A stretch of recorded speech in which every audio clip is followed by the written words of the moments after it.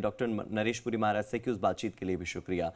मुख्यमंत्री यहां पर पहुंचे। इससे पहले मुख्यमंत्री प्रदेश बीजेपी कार्यालय पर मौजूद हैं और यहां पर आज भारतीय जनता पार्टी के तमाम पदाधिकारी मिलकर दूसरे दिन महामंथन शुरू कर चुके हैं। दरअसल लोकसभा चुनाव में 11 सीटों पर बीजेपी को हार मिली। इस हार पर चिंतन मनन किया जा रहा है और आत्म मंथन के लिए आज बीजेपी के तमाम अधिकारियों के बीच पहुंचे हैं राजस्थान के सीएम भजनलाल शर्मा। बीजेपी प्रदेश कार्यालय पर उनकी मौजूदगी है। लोकसभा सीटों को लेकर मंथन का दौर शुरू हो चुका है। कल चूरू, झुंझुनू, टोंक सवाई माधोपुर, नागौर इन तमाम सीटों पर चर्चा हुई। आज चर्चा होने वाली है 4 सीटों पर, बांसवाड़ा, करौली, धौलपुर, भरतपुर और श्रीगंगानगर। अब बीजेपी प्रदेश अध्यक्ष सीपी जोशी भी यहां पर हैं। लोकसभा चुनाव प्रदेश प्रभारी जो हैं विनय सहस्त्रबुद्धे, उनकी मौजूदगी भी है। राष्ट्रीय संगठक वी सतीश भी यहां पर मौजूद हैं। प्रदेश सह प्रभारी विजय राहटकर, परवेश साहिब सिंह वर्मा यहां पर मौजूद हैं। लोकसभा प्रभारी, तमाम मंत्री, जिलाध्यक्ष और विधायक सभी से फीडबैक लिया जा रहा है। यहां तक कि इन लोकसभा सीटों से जो प्रत्याशी थे, जो चुनावी मैदान में बीजेपी के टिकट पर खड़े हुए थे, उन लोगों को भी बुलाया गया है ताकि वो भी बताएं कि आखिर उनकी हार का कारण उन्हें क्या लगता है। मेरे सहयोगी विष्णु मेरे साथ जुड़ गए। सीधे विष्णु का रुख कर लेते हैं। विष्णु, मुख्यमंत्री कितनी देर पहले पहुंचे और मुख्यमंत्री यहां से ब्यावर के लिए कब तक निकलेंगे, और अभी किस सीट को लेकर चर्चा हो रही है जब मुख्यमंत्री वहां पर मौजूद हैं तब?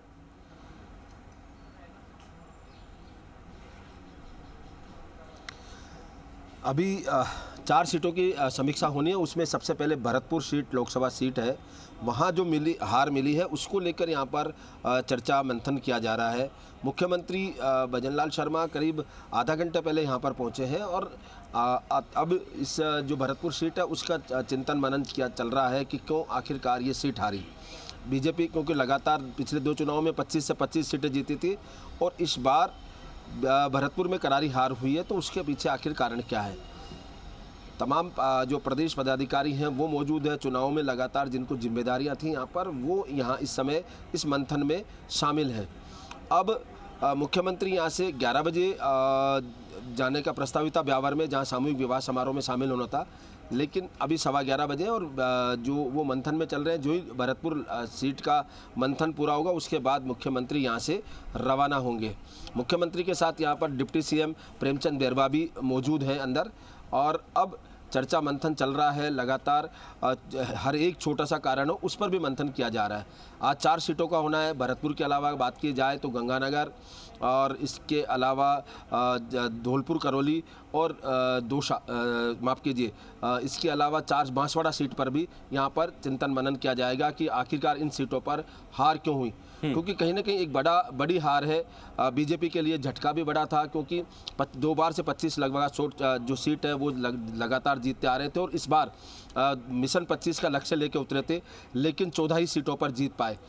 कई कारण सामने फैक्टर आ रहे हैं। कल जब यहाँ पर महामंथन हुआ 7 सीटों पर, उसमें भीतराघात से लेकर बात की जाए तो यहाँ पर नेताओं की अनदेखी वो तक शामिल होने को आई। वहीं जो मतदाता है उनकी बेरुखी भी सबसे प्रमुख कारण माना जा रहा है। अब उस मतदाताओं की बेरुखी क्यों रही, मतदाता मतदान केंद्र तक क्यों नहीं पहुँचे, उसको लेकर भी समीक्षा की जा रही है।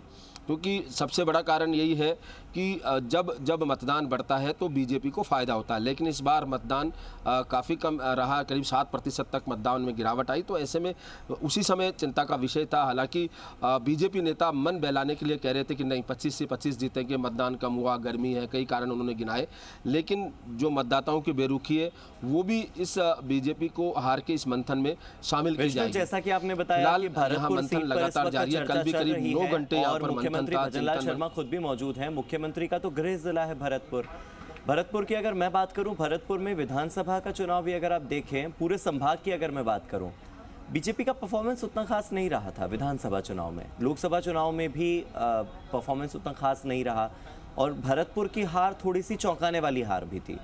क्या लगता है आपको, स्पेशली भरतपुर में कौन सा फैक्टर काम करता है, क्योंकि यहाँ पर तो मुख्यमंत्री को भी विचार करना पड़ेगा, उनका गृह जिला है।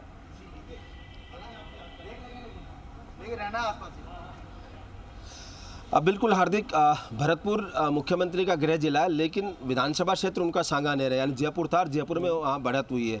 लेकिन सबसे खास बात यह है कि अगर इन सीटों पर मंथन किया जाए तो कुछ जगह ऐसा है जो 4 महीने पहले बीजेपी विधायक उन सीटों से जीत कर आए थे और अच्छे खासे मार्जिन से जीते थे।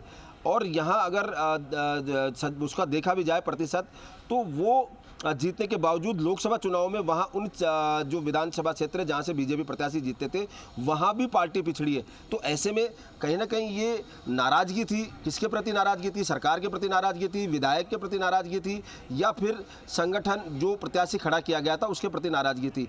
इन्हीं तमाम बातों को लेकर यहाँ पर जो है मंथन किया जा रहा है, क्योंकि 4 महीने बाद ही ऐसा क्या परिवर्तन आया कि यहाँ सत्ता ही परिवर्तित हो गया, यानी कैंडिडेट ही हार गया। लगातार 25 सीटें थी, 11 सीटें को हार का मुंह देखना पड़ा। ये यहाँ पर मंथन चल रहा है।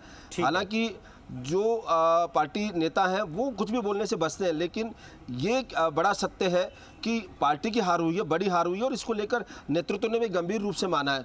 भले ही बात जो है यहाँ पर चर्चा मंथन की, और रिपोर्ट जब तैयार होगी तो पूरी जो तथ्य हैं उनको लेकर तैयार होगी कि आखिर क्यों हारे, और यही वजह है कि यहाँ पर कल 9 घंटे मंथन चला। जी, बहुत बहुत शुक्रिया मेरे साथ जुड़ने के लिए और इन तमाम जानकारियों के लिए जो आपने इस वक्त साझा